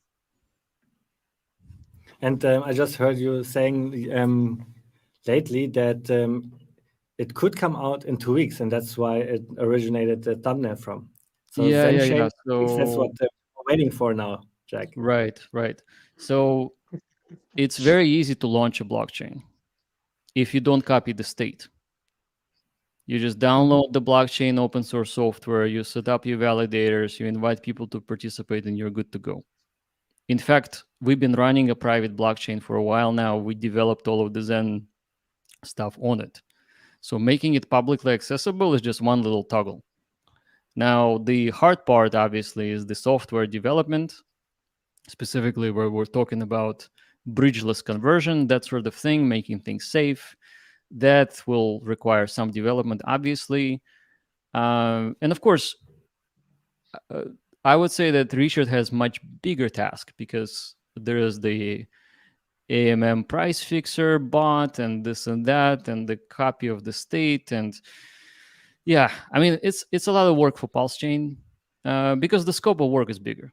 My scope of work is tiny. You just get the blockchain up and running. You set up the proper protocols to convert burn Zen between the chains, set up the Stargate partnership, and set up the Etherscan kind of like, the UI for it, and you're good to go. Boom, you're done. And then you just invite everybody to play. So no big deal. I mean, 2 weeks is probably a good timeline, but I would say, I want to get the staking NFTs out, and I want to get the reflection token out, and I'm not really rushing. Let's just say that. That's so the there case. is a lot of things to do, and you are not by yourself doing this. I hope there are a lot of other people. And Retro Crypto is saying, who is we? How big is the team behind Jack Levin? It's 2 or 3 other people. That's my core team. They get paid by me. So we're the co-founders of the whole thing. And they worked with me for a very, very long time, doing all of the startups that I founded in the past. So I know those guys. That's the core development team. And then, of course, there's other people who are just volunteering, writing open source software. Those guys don't get paid, but they're very, very happy to be Zenians because they're minting Zen and they believe in the future of the Zen ecosystem and they want to be part of the builder group. So you see, the people are really excited for Zen Chain. What is approximately the time frame? You said you want to work on other things first, but is it Q4? Is it Q3? Give us something, please. 9.5 weeks. I will still advertise the 2 weeks and put some pressure on you here. So in human time, or in vampire time? Well, in human time. I mean, I've been a vampire for a very, very long time. I'm used to the human measure of time. So let's do human time. Yeah, I heard that you said somewhere that you're 125 years in vampire. That's what people told me that my age is, because one of the Hexicans, they're like, oh, he was born in, that was like a meme that they did. He was born in 1870 something, 85. So I just remembered it and I counted it. I guess it's 135 years old at least. Well, in my mind, there are 3 reasons why people call you a vampire. First of all, because of the vampire attack, so to speak, right? Then second, because you make it popular as well. And then you have posted this picture where you are shown, and today you don't look any older as well. So this is really vampire-like, as I think. Let's go to this question here. It's true. It's true. It's. I'm also part of the Illuminati, and we report to the lizard people that evolved from the dinosaurs, and they control everything. Let's go to the next question. Any relations to from Zen Apex NFTs to Supply and Board Ape Yacht Club? Both have 10,000 total, or is it just a random number? It's a standard number for NFTs. Generally, 10,000 considered to be good. Anything under is way too rare. Anything over is not rare enough. People are used to 10,000, so it's not really ape related. It's just a number. So many questions here, and I'm really trying to pick the best ones right now. So is Zen Burn the only way to get the Zen Layer 1 token? That is what we're thinking right now, because in the game theory mechanics, it helps the people who hold Zen and who are Zen minters and investors, even if they don't go to the new chain. If a lot of people burn Zen, it's great for them because, well, there's less supply and the value is higher. So we're thinking, yes, that's going to be the case. So the only way to get the new token is to burn. And again, I mean, Zen is it's really funny. Like, people were screaming, Zen is free, it's worthless. And then they're saying, no, Zen is not free, you have to pay gas. So which one is it? Right? So it's somewhere in between, right? It's definitely free because you don't have to buy it by exchanging another token for it. You can just mint it. But yet you have to pay the gas tax. So, and the gas controls the value. It's kind of the same like with a lot of coins we got out like last year, where a group of people got incentivized in the beginning, and this group were able to claim a certain part, and everybody also said it like for free, yeah. But still, Yeah. you had to pay the claim function. Right, right. Well, here the claim function is interesting because, by the way, did you guys know that the more people participate in minting Zen, the bigger your reward is? So I heard that, yeah. I mean, it's not changing that much, but it's changing, yeah. Yeah, it's actually changing. It's the what we call a C rank delta. It's the number of users that come after you. The more people you invite, the bigger your reward. But it's also rewarding everybody else before you too. So the next question by Hex Mackenzie: is it possible to be able to add more Zen to already staked Zen? No, you cannot do it with the existing stake function. However, you should be able to do it with NFTs. Because NFTs, you can actually do a stake ladder. So stake ladder, for example, NFT 1, NFT 2, and NFT 3. One is 1 year, the other one is 6 months, and the third one is 3 months. So regular ladder stuff, and you can have 3 of them. And you can put them up for sale if you wanted to and see if you get any offers. So that's cool too. So one of the reasons why I am in crypto is because I want to make money, and I want to make money now. And how much does it taper off the inflation? I guess the 8 years seems like a very long time. Won't the interest in the project fade off first? Not if we keep coming out with new stuff. Like it's been only 100 days. And I tell you guys, 100 days ago, I didn't have a project in mind. It's literally has been in my mind for about 4 months. Like, I had no idea it's going to happen. But then one of the Hexicans, they kept saying, when is the Jack coin coming? And I'm like, okay, well, I guess people want the coin, so let's make one. So it was you guys from your community that actually got me excited about building something. And so now I'm building. But yeah, to answer the question directly, I think 8 years is not a long time. If every 3 months there's new thing coming out is built on Zen, so it just makes Zen giving it more utility. So ultimately, utility and the users is what gives it value. This is always what it is with crypto. It's a social consensus, and this is why we like it. Yeah. So let's see what else do we have here.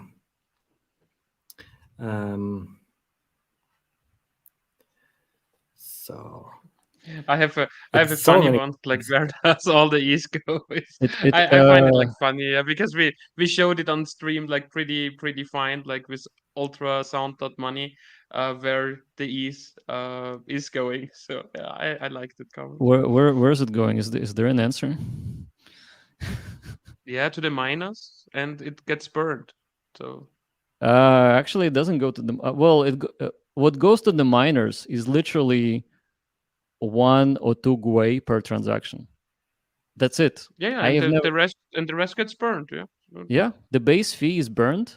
1 or 2 GUI goes to the miners. Yeah, that's the screen right there. So you can see how much is burned. The total transaction is $4.17. 31 GUI was the gas price.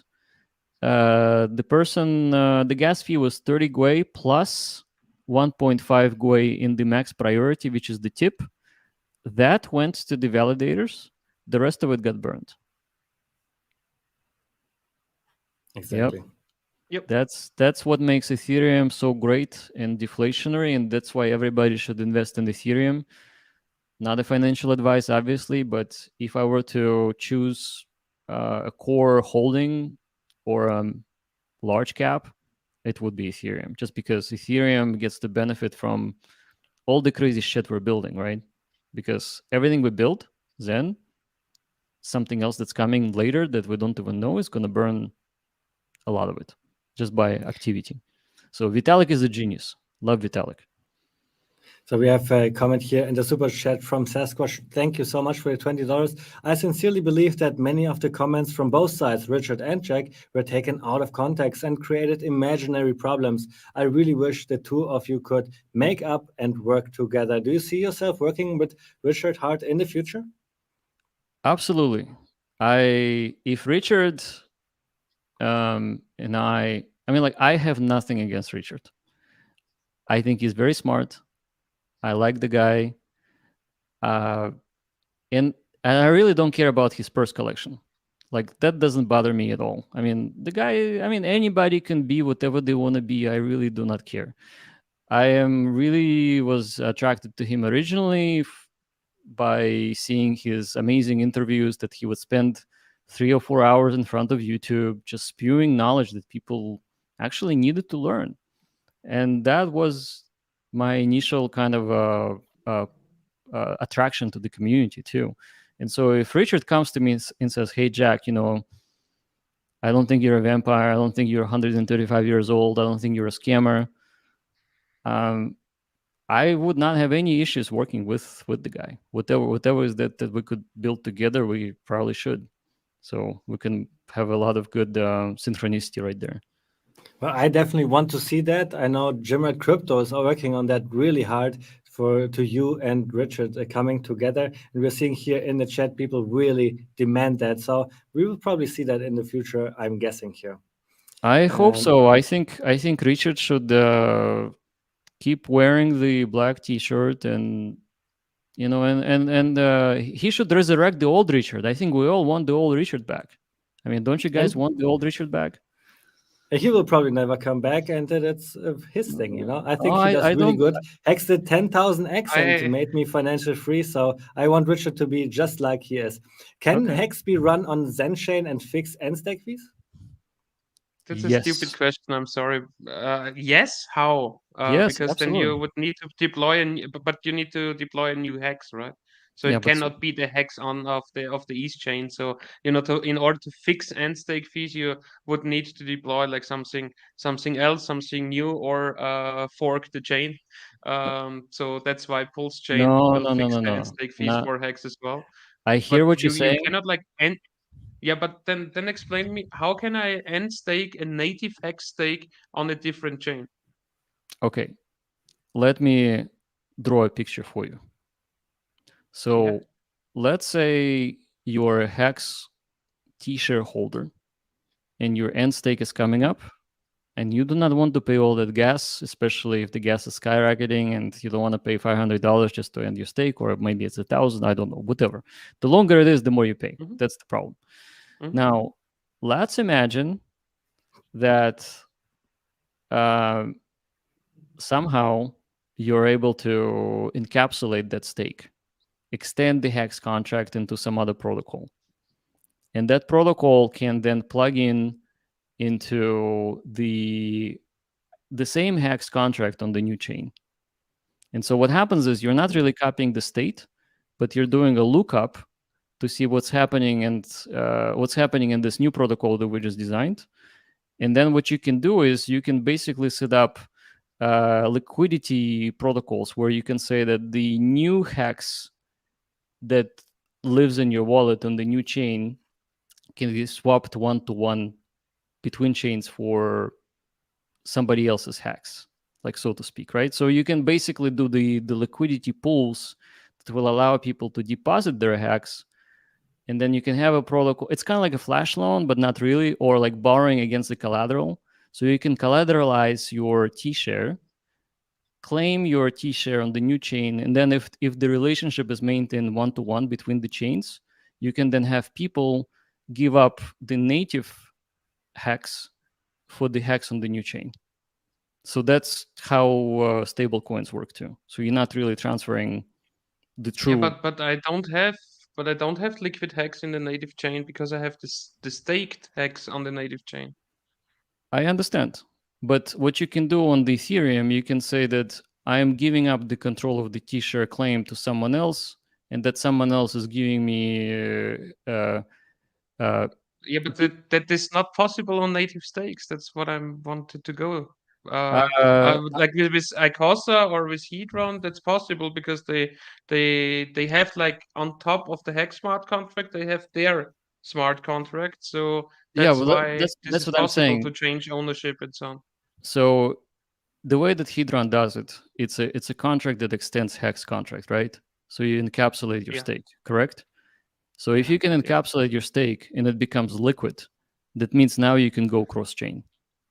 Yeah, but only new stakes and no native stakes. So you cannot encapsulate a old stake. Yeah, like only from the since the get-go of the Hedron smart contract. Since then, you can make like new kinds of stakes, like with the option to move. I understand what you're saying. I understand what you're saying. So it looks like it would not be possible because the stakes, the T-shares are not mobile.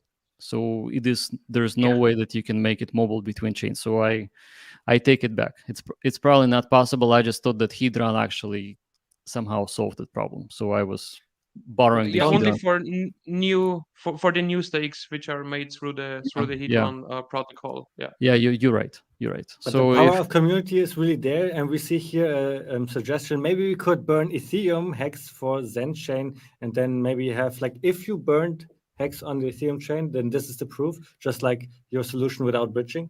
Yeah, that's possible. If there is a protocol that basically keeps a record of your wallet and how much hex you burned, then you can receive hex on the new chain.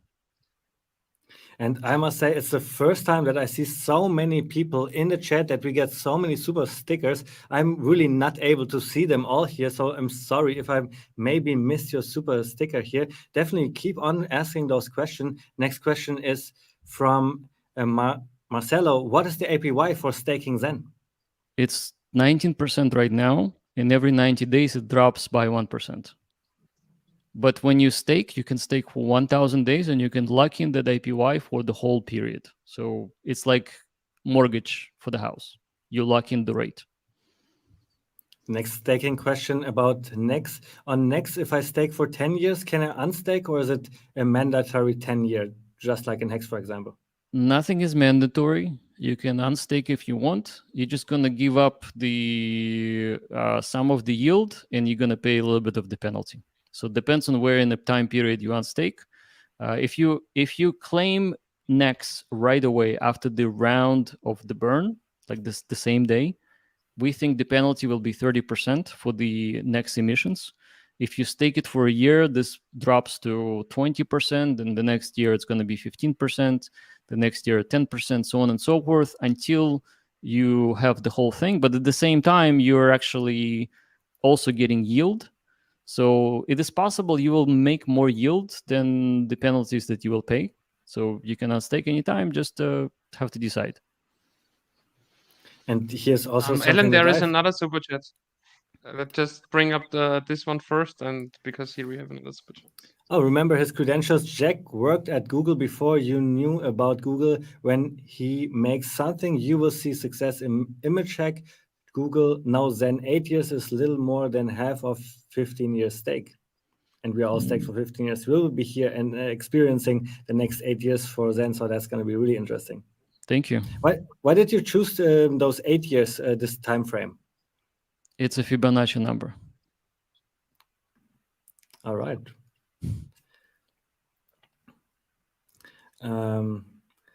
I do not know how much time we have. I could sit here with you all day and chat. So, well, I still have a little bit of tea left, so let's keep talking. So, KSB Lion, what would be some things that you learned out of today when we talked about Zen? Because we were talking about Zen in the future, but in the past. But now we had the founder here. What were the one things that you learned? I definitely learned a lot. So the first thing which is important to understand when it comes to XEN is that you not just only look at the price chart, that you at first need to take some time and learn about the tokenomics about XEN. Then you are also forced to learn about the ins and outs of transaction fees on the Ethereum network, which is good for every new crypto user on the Ethereum network, in my point of view, because if you can manage your transaction fees better, then you save money over time, and saving money over time is definitely not a bad thing. And what else? I liked like what the roadmap is showing. So like there are still a lot of things to come when it comes to XEN. And yes, I'm pretty curious to find out uh, if the price can really do another 99% drawdown, because I speculate like for myself that it's not the case, because as the bear market is over, as crypto comes out of this hole again, more people are going to transact for sure. We might see gas prices over 50, over 60, over 100 again, like we saw them even in the summer of 2020, when we were not that bullish already as that bullish, after that the last really high up move came. And even if you compare it like to 2019, the year of 2023, in 2019 we also had plenty of cryptos going in a rally. And why not for Ethereum? Ethereum could definitely have a little rally in this year, I guess. And if Ethereum rallies, the fees are rallying, and if the fees are going up, then I guess there are already enough people in the XEN ecosystem that they are just seeing that, and then maybe some of those speculators go ahead and also pump XEN with it. So let's see what comes for this year for XEN. What are you most excited, Jack, for the year 2023 when it comes to XEN? Well, definitely building all those new things on the roadmap and adding to the roadmap as we go, and engaging with the community and seeing what they want to be built. And obviously, I think the L1 is going to be super fun. I think some people ask me on my Twitter if there's any specs. So I can give some specs right now if you guys are interested. I bet the people are. Go ahead. So obviously it's going to be proof of stake. It will likely be over 100,000 transactions per second on the chain, because we will be using the instant finality, which is very popular with things like Phantom, Cosmos, and Polygon.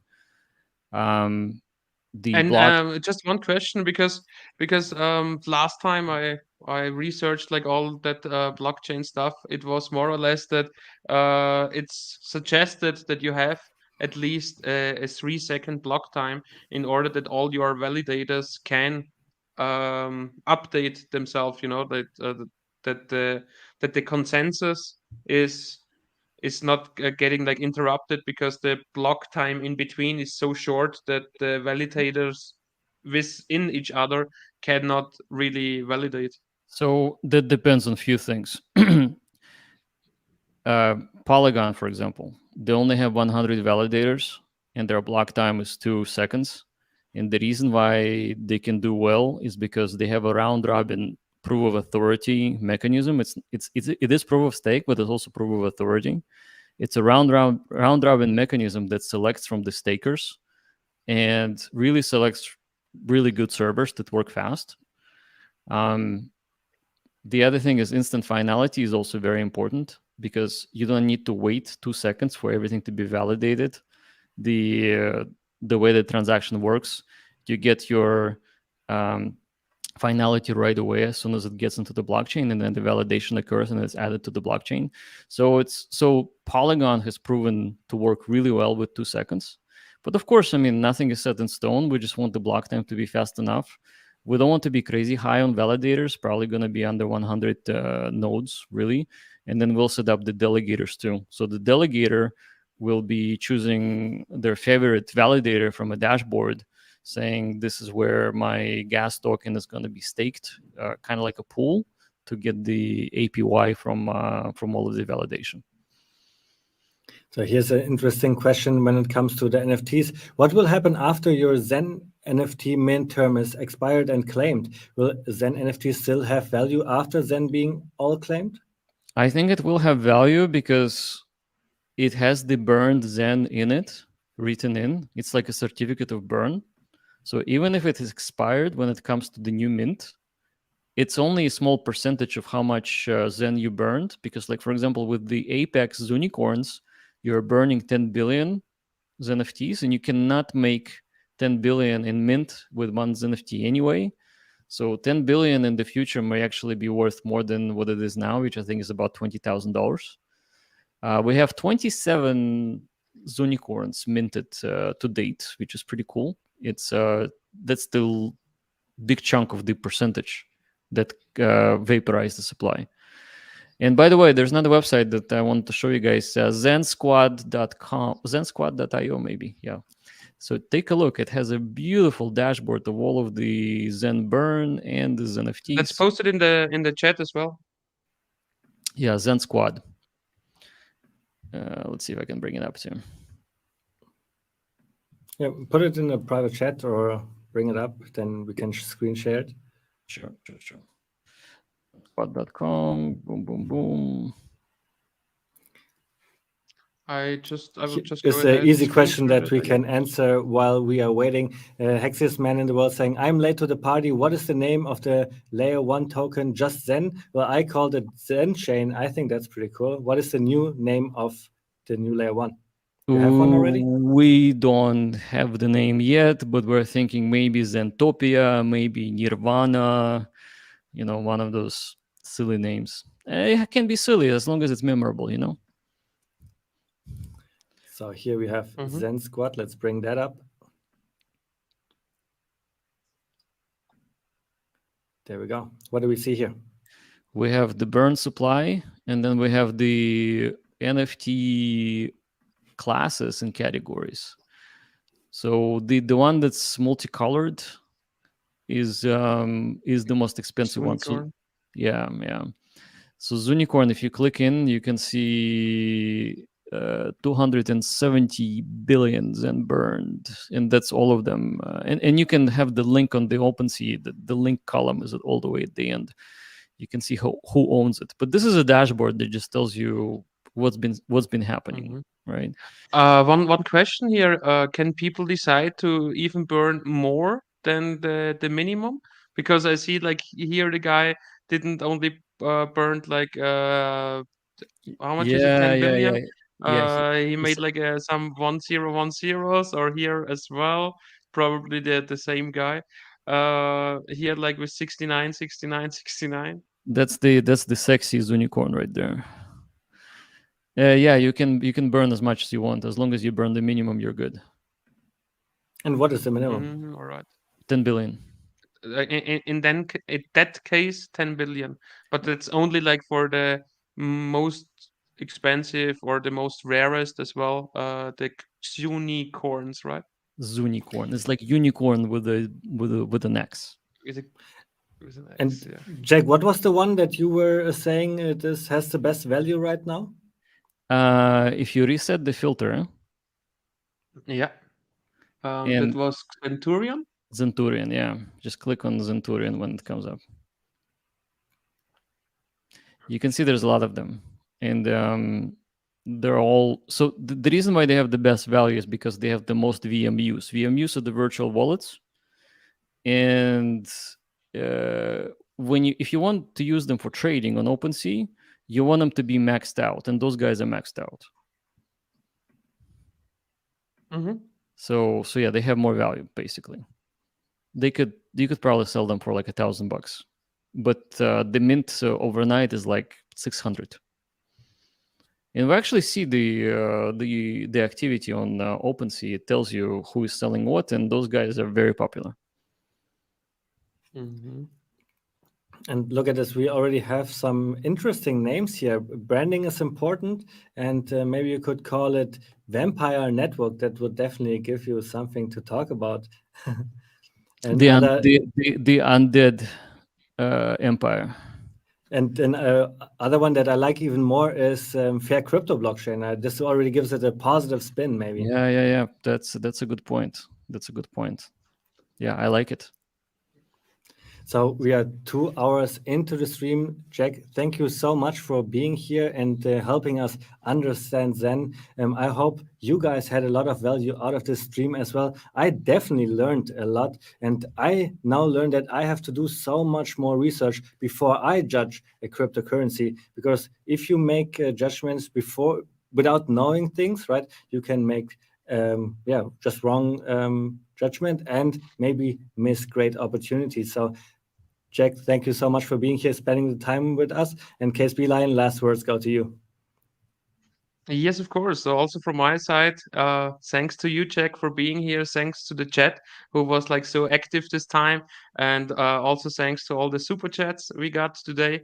And also a little apology from my side. I mean, I don't bash people or something like that, but I was also a little misleaded, or not really happy about XEN in the beginning, because I thought, okay, now we have XEN. Now I need to pay 6 times as much for my end stakes and my start stakes, and I did not really like that.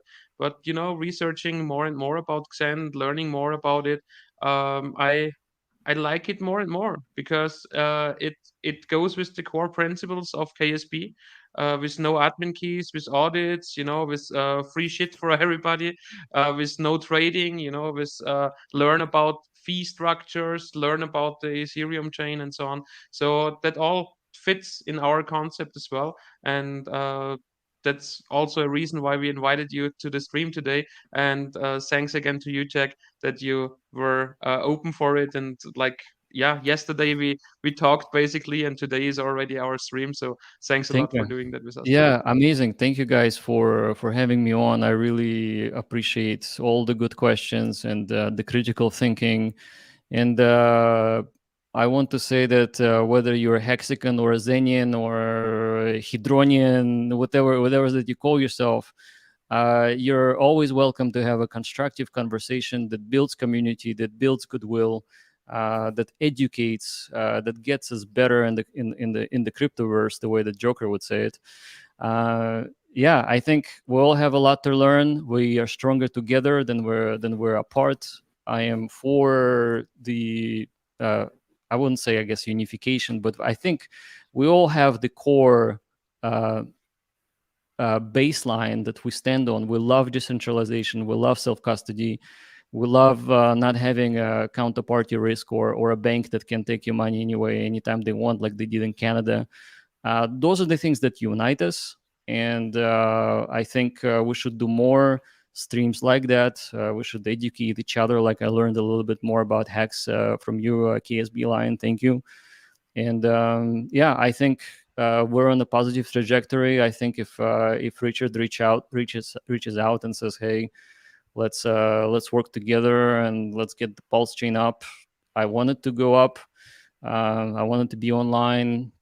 I want to be helpful if I can be, because I have friends that sacrifice money for the freedom of speech and movement and all those good things. And having new interesting chains is great. So I'd love to have Zen there too, and bring more utility to Pulse Chain. So yeah, I mean, I may be a vampire, but I could be nice. So yeah. So I want to end the stream with this comment here. When will we have the first in-person Zen meetup? I'm totally down to put on a kick-ass event in the community. Well, and you know that KSB TV is in charge of all the events that we are doing in the HEX community. And now maybe we'll have Zen people coming to our events as well. The next big event that we are planning is the HEX Cruise. Check it out on hexcruise.com. And Jack, would you like to come to the HEX Cruise? I'd love to come. If you guys guarantee that I don't get murdered. Oh yeah, we will guarantee that. We guarantee that you will swim with the pigs. So there's a lot of fun going on. Okay, awesome. Because those hex haters are not coming to that as well, because they are just haters. They are just like, I don't know what some of those people have. They stand up in the morning and then like, oh, let's go in the internet and accuse lots of Yeah, people. let's start the trolling routine, right? The Yeah. trolling routine. I like that word. Yeah, team. I think we're on the same team. We're on team decentralization, team crypto. We can do great things. Thank you guys. Thank for all of the listeners and all of the stream viewers. Appreciate you. Love you guys, and I hope to see you on the Telegram soon. And obviously, DM me anytime on Twitter. My DM is open. Great word. Thanks you everybody for being here. And now let's finish it off and let's learn more about Zen. Awesome. Thank you guys. Bye. Bye bye, everybody. Thank you.